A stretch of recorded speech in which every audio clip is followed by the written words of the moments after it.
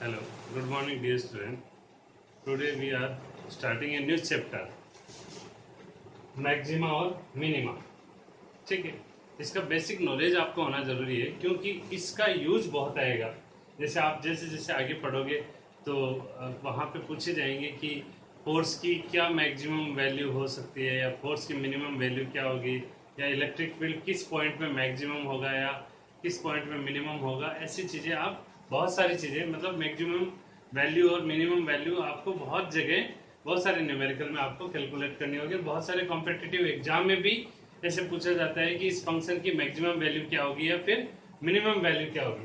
तो ये जो आप मैक्सिमम वैल्यू और मिनिमम वैल्यू जो कैलकुलेट करना चाहते हो उसी के बारे में मैं डिस्कस कर रहा हूँ कि मैक्सिमा और मिनिमा. जैसे फॉर एग्जांपल जैसे आपको कोई भी एक कर्व दिया x और y के बीच में कोई भी एक फंक्शन है y किसका fx का फंक्शन है. ऐसे कोई कर्व आपको डिजाइन किया गया. फॉर एग्जांपल ये कोई कर्व आया. ये कर्व है. इस कर्व में आपको पूछा जाए कि y की मैक्सिमम वैल्यू क्या है तो आप ये बता दोगे कि y की ये मैक्सिमम वैल्यू y की क्या है ये मैक्सिमम वैल्यू. आपसे कहा जाए कि ये मिनिमम वैल्यू क्या है तो आप ये कह दोगे कि ये y की क्या है मिनिमम वैल्यू और ये y की क्या है मैक्सिमम वैल्यू.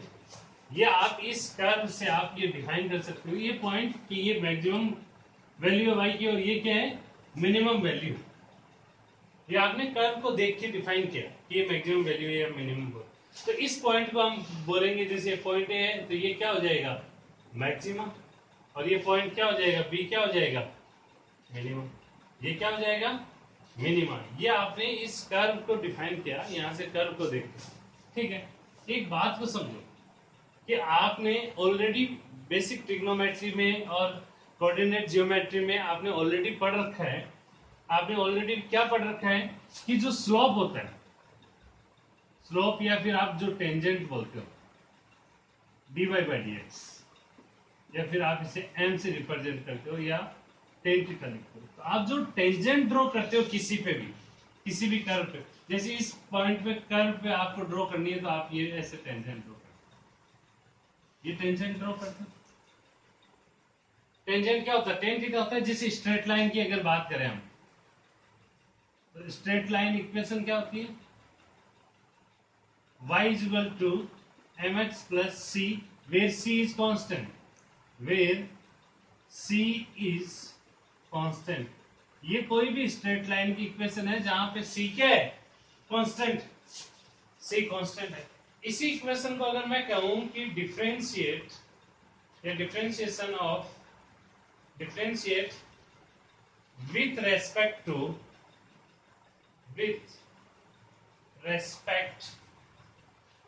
x. x के रिस्पेक्ट में करोगे तो y का डिफरेंशिएशन क्या होगा dy by D x. Y का differentiation dy by D x. m ऐसा कैसा कांस्टेंट है तो m बाहर आ गया और x का क्या होता है 1 प्लस c का क्या होता है 0. तो ये क्या होगा dy बाई डी एक्स. और m क्या होता है स्लोप. m क्या होता है स्लोप. जब आप कोई भी टेंजेंट ड्रॉ कर रहे हो या कोई भी लाइन ड्रॉ कर रहे हो तो उस लाइन का जो स्लोप है यानी कि आप उसको आप टेन थीटा से भी रिप्रेजेंट करते हो. आप उसको किससे रिप्रेजेंट करते हो टेन थीटा से भी रिप्रेजेंट करते हो. तो ये जैसे थीटा है तो आप ये देखो कि मैक्सिमम पॉइंट से पहले ये जो थीटा है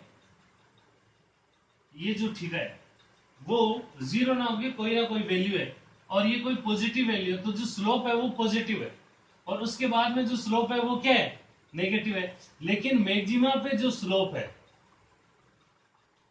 वो टेन थीटा इक्वल्स टू क्या है जीरो. यानी कि मैक्सिमा पे जो स्लोप है वो क्या है जीरो है. और ऐसे आप मिनिमा पे बात करोगे उससे पहले नेगेटिव है उसके बाद में क्या है पॉजिटिव है. लेकिन जब आप नेगेटिव मिनिमा पॉइंट पे बात कर रहे हो नेगेटिव पे तो ये जो स्लोप है वो क्या है जीरो. टेन थीटा क्या है जीरो. तो आपको यहां से एक बात पता चलती है कि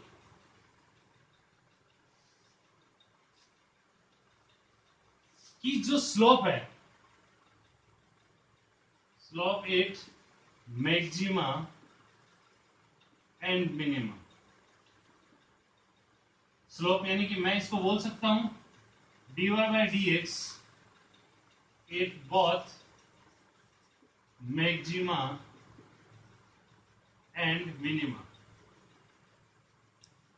दोनों जो है ये स्लोप ऑफ टेंजेंट क्या है, इस टेंजेंट का स्लोप यहाँ पे क्या है, दोनों जगह जीरो है, तो यहाँ पे dy by dx क्या होगा, जीरो।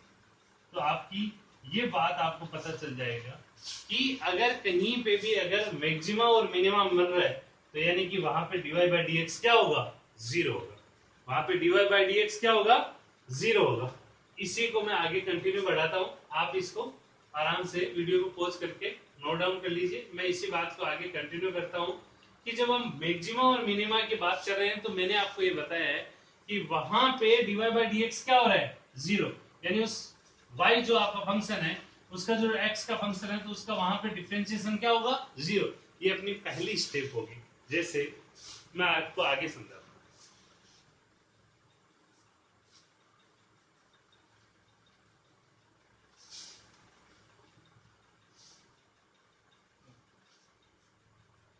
मैंने आपको बताया कि जो फंक्शन है, कोई भी फंक्शन जिससे हम बात कर रहे हैं, ठीक है, जैसे आपको मैंने कहा कि y इज इक्वल टू, मैंने कह दिया कि x क्यूब, कुछ भी फंक्शन दे दिया, -2x² + 3x + 2, ऐसा कोई भी फंक्शन दे दिया भाई, आपको कहा जाए कि y की मैक्सिमम वैल्यू और मिनिमम वैल्यू को फाइंड आउट करो, ऐसे फंक्शन ऐसे। तो आपको पता है कि जब भी आपके दिमाग में मैक्सिमम और मिनिमम वैल्यू पूछी जाए तो उसका मतलब आपको उसका उस पॉइंट पे डिफरेंशिएशन, मैक्सिमम पॉइंट पे और मिनिमम पॉइंट पे जो स्लोप होगा, यानी कि वहां के जो टेंजेंट का जो स्लोप होगा वो क्या होगा, जीरो होगा। तो सबसे पहले आपको वहां पे क्या कैलकुलेट करना होगा, dy by dx find out करना, dy by dx find out करना होगा। और उस dy by dx को आपको क्या करना होगा, जीरो करना होगा। उस dy by dx को क्या करना होगा, जीरो करना होगा। तो ये आपको जब भी आपको मैक्सिमम और मिनिमम वैल्यू की पता करनी हो तो किसके रेस्पेक्ट में, x के रेस्पेक्ट में पूछा है कि x की किस वैल्यू पे y की मैक्सिमम वैल्यू है या y की मिनिमम वैल्यू है, तो जिसके रेस्पेक्ट में पूछा जाता है उसके रेस्पेक्ट में आपको क्या करना है, डिफरेंशिएशन करना है। यहाँ जैसे y और x के बीच में था, जैसे मैं आपको कहता कि ये कोई ग्राफ बना हुआ है ऐसे, ये किसके किसके बीच में बना हुआ है, s और t के बीच में ग्राफ बना हुआ है। तो आपको पूछा जाए कि t की किस वैल्यू पे s मैक्सिमम है, तो t की इस वैल्यू पे s क्या है, मैक्सिमम है। और t की इस वैल्यू पे s क्या है, यहाँ पे s क्या है, मिनिमम है, और यहाँ s क्या है, मैक्सिमम है। तो आपको ये किसके रेस्पेक्ट में करोगे, आप उस समय ds by dt करोगे, उस समय क्या करोगे, ds by dt। ये तो ग्राफ के थ्रू है तो आप नॉर्मली देख के आप बता सकते हो, लेकिन ग्राफ के बिना आपके पास कोई, तो मैं आपको बोल रहा हूँ कि अगर कोई ग्राफ में आएगा तो ग्राफ में तो आप देख के बता सकते हो कि ये एस की मिनिमम वैल्यू है या एस की मैक्सिमम वैल्यू है। लेकिन प्रॉब्लम ये आती है कि आपके पास क्वेश्चन को आप सोल्व करते जाओगे और आपके पास एक इक्वेशन आएगी, उस इक्वेशन में आपको बताना होगा कि ये मैक्सिमम वैल्यू और मिनिमम वैल्यू कहाँ पे है। तो वहां पे ये करने का तरीका है, और आपके पास 99% क्या आएगा कि इक्वेशन आएगी और उस इक्वेशन से मैक्सिमम और मिनिमम वैल्यू को फाइंड आउट करने के लिए बहुत ज्यादा इंपॉर्टेंट बातें हैं, तो ध्यान से सुनो। तो जैसे कोई भी आ गया f is equal to 2x³ - 3x + 1 ऐसे दे दिया, तो आपसे पूछा जाए कि फोर्स की क्या मैक्सिमम वैल्यू होगी या क्या मिनिमम वैल्यू होगी, या फोर्स की मैक्सिमम वैल्यू किस x पे होगी, या x के कौन सी वैल्यू पे फोर्स की मैक्सिमम वैल्यू होगी, या मैक्सिमम वैल्यू फाइंड आउट करो। ऐसे बहुत सारे क्वेश्चंस बन सकते हैं। ये सारे क्वेश्चंस फाइंड आउट करने का सिर्फ और सिर्फ यही तरीका है। ऐसे तो नहीं हो सकता कि आप ऐसे तो नहीं कर सकते कि x की वैल्यू 1 रख के देखोगे कि कितनी वैल्यू आई, फिर x की वैल्यू 2 रख के देखोगे, फिर x की वैल्यू -1 रख के देखोगे, x की वैल्यू 0 रखोगे, x की वैल्यू 3 4 5, ऐसे क्या इंफिनिटी वैल्यू तो आप रख नहीं सकते। तो इसका एक अपने पास कोई एक प्रॉपर सॉल्यूशन होना चाहिए, हमें एक प्रॉपर ऐसी चीज पता होनी चाहिए जिससे हम ये मैक्सिमम और मिनिमम वैल्यू पता कर सकते हैं। जैसे x की वैल्यू 1 रखेंगे तो यहाँ पे f1 यानी 1 रखने से वैल्यू कितनी आएगी, 1 की क्यूब कितनी, 1 -3 × 1, यहाँ तो कितना हो जाएगा 2 -3 + 1, तो यहाँ से आया -3 और -3 + 3 कितना 0, जैसे आप x की वैल्यू 2 रखोगे तो 2 की क्यूब कितनी 8 को 2 से इंटू किया तो कितना हो गया 16, फिर -6 + 1 तो ये कितना हो जाएगा 10। तो अब ऐसे तो नहीं हो सकता कि 11 से कि बार बार आप ऐसे कैलकुलेट करोगे कि f2 पे ये वैल्यू है, f-1 पे वैल्यू क्या आएगी, f0 पे वैल्यू क्या आएगी, f-3 पे वैल्यू क्या आएगी। तो ऐसे तो नहीं कैलकुलेट किया जा सकता। तो इसका एक प्रॉपर सॉल्यूशन होना चाहिए। तो उस प्रॉपर सॉल्यूशन को ही हम यहाँ पे पढ़ रहे हैं। मैं एक चीज और क्लियर करना चाहता हूँ, जैसे इसमें तो 2 ही स्लोप्स है। अगर आपके पास कोई ऐसा ग्राफ आ जाए,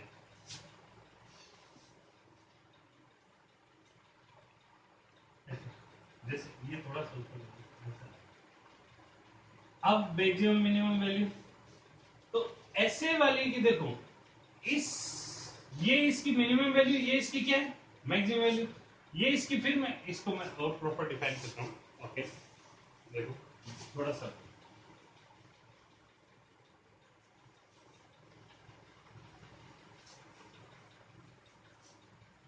बेसिकली ये आपकी फिजिक्स में इतनी रिक्वायर्ड नहीं है, फिर भी मैं आपको थोड़ा सा नॉलेज के लिए बता दूं कि जैसे आपके पास ये कोई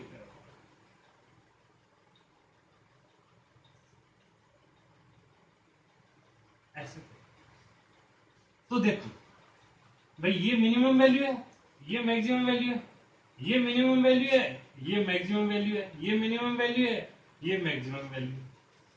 वैसे आप देखोगे तो ग्राफ में सबसे ऊपर कौन सा है, ये मैक्सिमम वैल्यू है, और ये सबसे नीचे है तो ये मिनिमम वैल्यू है। लेकिन यहाँ पे dy by D x zero हो रहा है, यहाँ पे भी dy by D x zero हो रहा है, क्योंकि इसका स्लोप जीरो, इसका स्लोप जीरो, इसका स्लोप जीरो, इसका स्लोप जीरो। तो जहां स्लोप जीरो, तो मैंने कहा कि वो कोई ना कोई मैक्सिमम या मिनिमम वैल्यू देगा। तो मेरी बात ध्यान से सुनो कि ये जो पॉइंट होते हैं मैक्सिमम और मिनिमम, ऊपर और नीचे वाला, इस तरीके से इनको बोलते हैं हम local maxima and local minimum.